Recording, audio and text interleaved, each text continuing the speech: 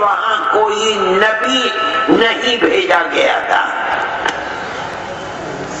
نہ وہ لوگ رسول کو جانتے تھے، نہ نبی سے واقف تھے، نہ وحی سے واقف تھے، نہ جبرائیل سے واقف تھے، کسی چیز کو نہیں جانتے تھے۔ قرآن خود کہتا ہے وَمَا أَرْسَلْنَا إِلَيْهِمْ قَبْلَكَ مِن نَذِيرٍ، اے محمد صلی اللہ علیہ وسلم، آپ سے پہلے ہم نے ان کے پاس اللہ کے عذاب اور جہنم سے ڈرانے والا کوئی نہیں بھیجا تھا۔ قرآن کہتا ہے لِتُنذِرَ قَوْمًا مَا أُنذِرَ آبَاؤُهُمْ فَهُمْ غَافِلُونَ، آپ کو نبی بنا کر ایک ایسی قوم کے پاس بھیجا گیا ہے جن کے آباء و اجداد بھی کبھی خدا کے عذاب سے نہیں ڈرائے گئے، آپ انہیں ڈرائیے۔ اس کا مطلب کیا ہے؟ آپ جن لوگوں میں کام کرنے کے لیے بھیجے گئے ہیں اور آپ رات اور دن اپنی زندگی کو کھپا رہے ہیں، وہ لوگ مسلمان نہیں ہیں، ایمان والے نہیں ہیں، اور آپ انہی میں کام کر رہے ہیں۔ اور کس طرح کام کر رہے ہیں؟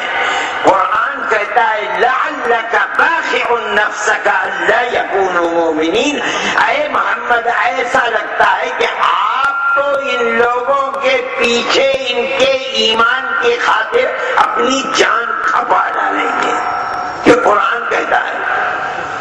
رسول اللہ رات اور دن مکی زندگی میں کام کر رہے ہیں، لیکن دشمنی اور مخالفت کا یہ عالم ہے کہ اللہ کا نبی اور اس پر گنے چنے ایمان لانے والے اللہ کے گھر کی دیوار کے سائے میں بھی ایک اللہ کی عبادت نہیں کر سکتے۔ ایسی دشمنی اور مخالفت ان حالات کے اندر تاریخ بتاتی ہے، احادیث بتاتی ہے کہ یہ لوگوں نے فیصلہ کیا کہ ہم ایک اللہ کی آزادی سے عبادت کرنے کے لیے مکہ معظمہ کو چھوڑ کر دنیا میں کہیں اور چلے جائیں، جہاں ہم آزادی کے ساتھ اپنے اللہ کی عبادت کر سکیں، کاروبار کرنے کے لیے نہیں، پیسہ کمانے کے لیے نہیں، ایک اللہ کی آزادی کے ساتھ عبادت کرنے کے لیے۔ کون سی عبادت؟ جس عبادت کو فرشتہ رسول اللہ محمد کے پاس لے کر آیا ہے، اور محمد نے وہ عبادت کا وہ طریقہ اور وہ ایمان اور عقیدہ گنے چنے کچھ عرب کے لوگوں کو دیا ہے۔ یہ فیصلہ کیا، اور حدیث بتلاتی ہے کہ چھوڑ کر مکہ معظمہ کو نہیں، ایشیا کو چھوڑ کر افریقہ میں چلے گئے، اور افریقہ میں جا کر حبشہ، یہ سنا تھا کہ وہاں کا بادشاہ بہت عدل و انصاف کا برتاؤ کرنے والا ہے، وہاں چلے گئے۔ تاریخ بتاتی ہے کہ اس قافلے میں تقریباً 80 آدمی تھے اور 3 عورتیں تھیں۔ ایک اللہ کی عبادت کرنے کے لیے سب کچھ، اولاد، آل، مال، دولت، چین، سکون، گھر در بار سب چھوڑ کر کے چلے گئے۔ دنیا کی کسی چیز کی کوئی قیمت نہیں، ہم تو ایک اللہ کی عبادت کرنے کے لیے جا رہے ہیں۔ مگر مکے والوں کو پتہ چلا تو ان کی نیند حرام ہو گئی، کسی طرح ان کو پکڑ کر لاؤ اور ان پر ظلم کے پہاڑ ڈھاؤ۔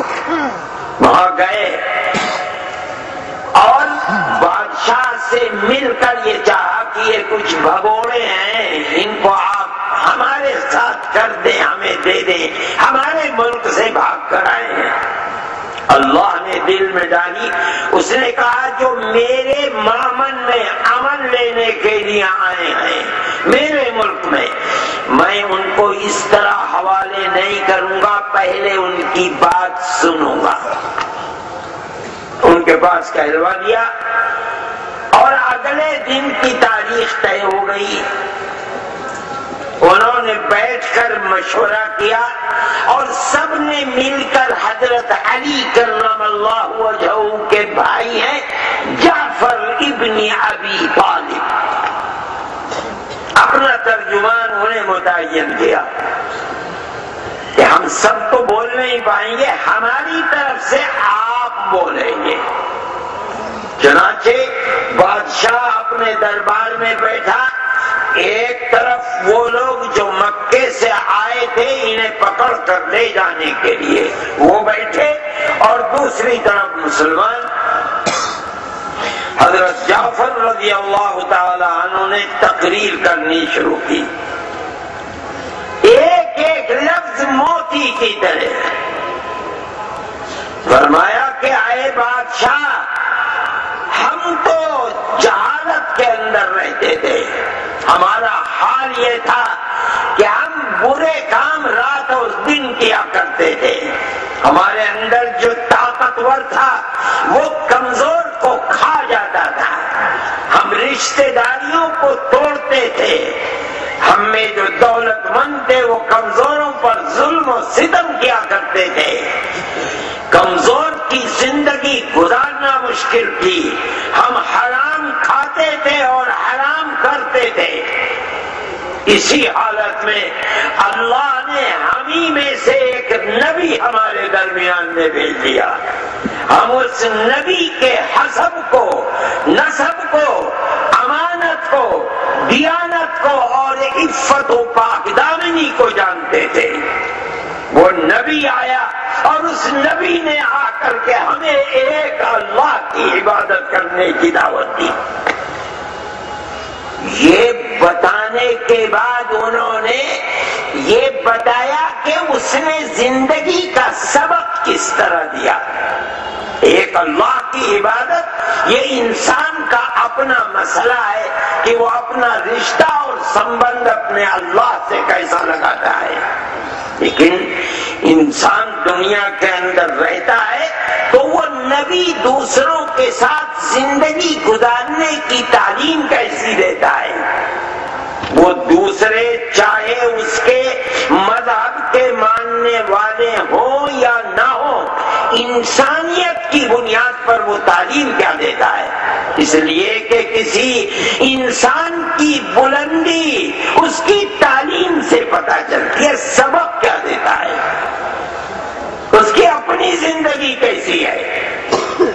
یہی وہ چیز ہے جس سے یہ اندازہ لگتا ہے کہ یہ آدمی ہے کیسا۔ اس لیے فرماتے ہیں امرنا بصدق الحدیث واداء الامانہ وصلة الرحم وحسن الجوار والكف عن المحارم والدماء۔ فرماتے ہیں اس نبی نے آ کر کے ہمیں جو تعلیم دی ہے زندگی گزارنے کی، ہم تو تہذیب و تمدن سے دور جانوروں جیسی زندگی گزار رہے تھے، اس نے سب سے پہلے ہمیں آ کر سبق دیا امرنا بصدق الحدیث۔ سب سے پہلی چیز فرماتے اس نے ہمیں سچ بولنے کی تعلیم دی۔ ہمارے ہاں سچائی کی کوئی قیمت نہیں تھی۔ سچ بولنے کی اہمیت کیا ہے؟ سچ بولنے کی اہمیت، آدمی جھوٹ بول کر اپنے مخاطب کو دھوکہ دیتا ہے۔ جھوٹ کا مقصد ہے دوسرے کو دھوکہ دینا۔ حضرت جعفر رضی اللہ تعالیٰ عنہ فرماتے ہیں کہ اس نبی نے ہمیں سب سے پہلی تعلیم دی، اگر میرے دامن کو پکڑا ہے تو کوئی کسی کو دھوکہ نہیں دے گا۔